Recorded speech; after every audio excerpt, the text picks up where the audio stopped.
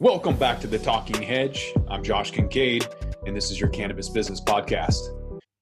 The article goes on to say that pension funds that are buying cannabis stocks is showing legitimization. What I'm seeing, though, is desperation. The cost of managing a pension fund is around 7% for overhead. That means they have to make at least 7% just to break even. So these companies aren't investing in cannabis for any other reason except that they need to make a lot of money. You look at the Illinois pension fund and they're beyond broke. It's one of the most desperate places out there. And they're going to have to invest in risky assets like cannabis companies that are speculative in a lot of nature, like tech companies, simply because they need to make that return. You saw that with the Swiss National Bank and the Japanese National Bank. A lot of these companies have negative interest rates imposed by the central bank. And so they're going to print money and then they're going to buy banks that are Facebook, Amazon, Netflix, Google in the tunes of billions of dollars and put those in their pension system because that's a carry trade. They're borrowing money that they just printed and they're putting it into something that's making more money. It's easy to see from a finance standpoint that these pension systems are desperate, broke, beyond broke.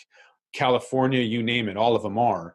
And so really it's about speculation. It's about trying to beat that 7% overhead.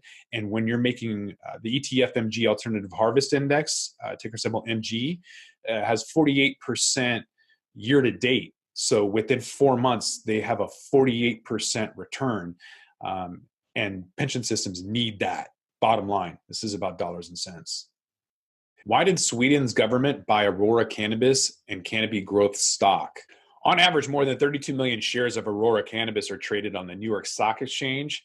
For Canopy Growth, the average trading volume is much lower, around 8 million shares. There's no way to know who's doing all this buying and selling of these top Canadian cannabis stocks, but we do know who at least one of the buyers was last year. Sweden's government pension fund first bought shares of Aurora and Canopy Growth in 2018, according to a Swedish business magazine. The pension fund initially invested 63 million Swedish kronor, with the valuation since then soaring to 100 million. So why is this Swedish government pension fund investing in cannabis? And why Aurora Cannabis and Canopy Growth?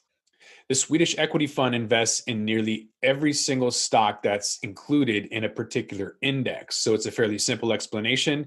Any stock that's included in an MSCI ACWI index has been purchased by Sweden. They're essentially just copying this index fund.